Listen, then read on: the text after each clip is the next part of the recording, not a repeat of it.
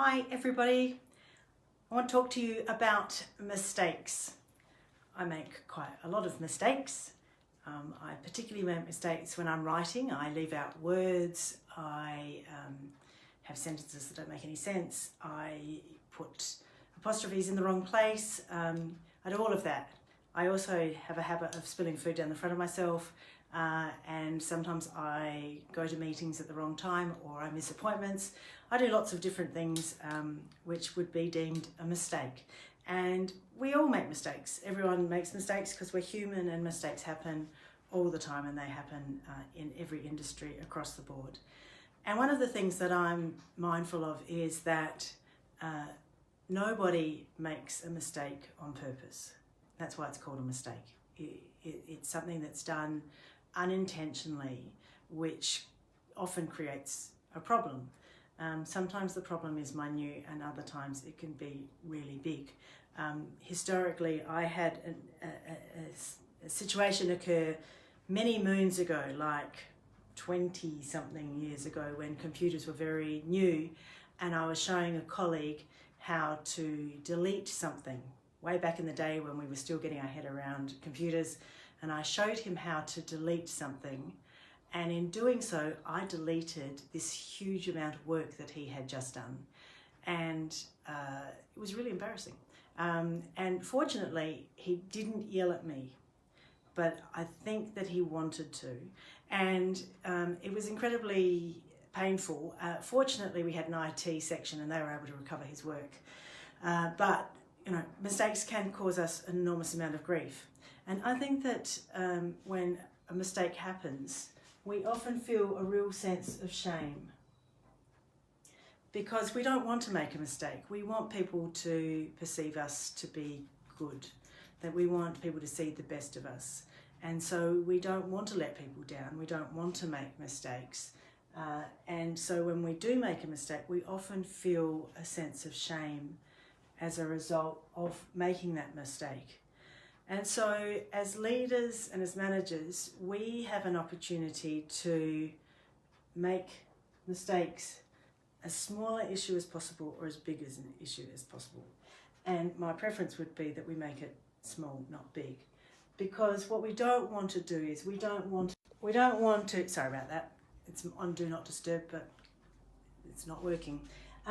So we don't want to exacerbate the shame, because if we exacerbate the sense of shame that somebody has when they make a mistake, then they may not tell you next time a mistake happens, or they might delay telling you about a mistake. Alternatively, they might make more mistakes. So sometimes when we feel really bad, we get very stressed and we actually start making more mistakes because we feel like we're being watched, and that's a really bad thing. So we don't want the shame to be worse. What we want is, when a mistake happens, we want to be able to learn from it. We want to be able to use the pain of that experience to trigger better behaviour going forward.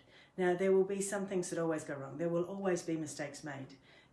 There will be situations that occur because we're tired, run down, overwhelmed, stressed, distracted, a whole range of different things. Mistakes will happen. But in the norm, if we can learn from the mistake and find better processes so that those mistakes are minimised, then that's going to be really, really important.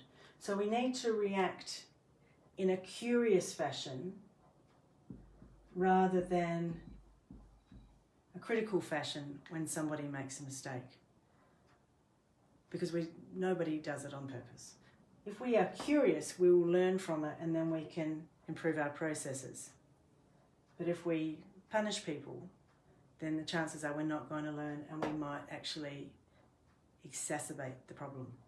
So I work with lots and lots of different leaders and their teams, and mistakes happen across the board, and often leaders get cranky because mistakes get made, and they blame their team. But I think that realistically that's not particularly helpful. I think that in order to address mistakes, we need to look at what causes them, and it's training that, or a lack thereof, or people not feeling engaged. We want people to be both engaged and to feel supported and to know what they're doing so that they're less likely to make mistakes. So I'd encourage you to think about what happens, what you do, how you respond when one of your team members makes a mistake. I want you to think about what state are you in, what words do you say, what information do you give, and what's the response that you get from your team when they make a mistake.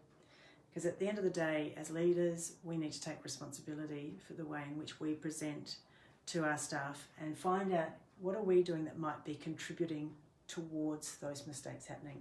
How can we reduce mistakes happening? All right, that's it for me today. I'll find out what that phone call was all about and keep cool. Okay, cheers everyone. Bye.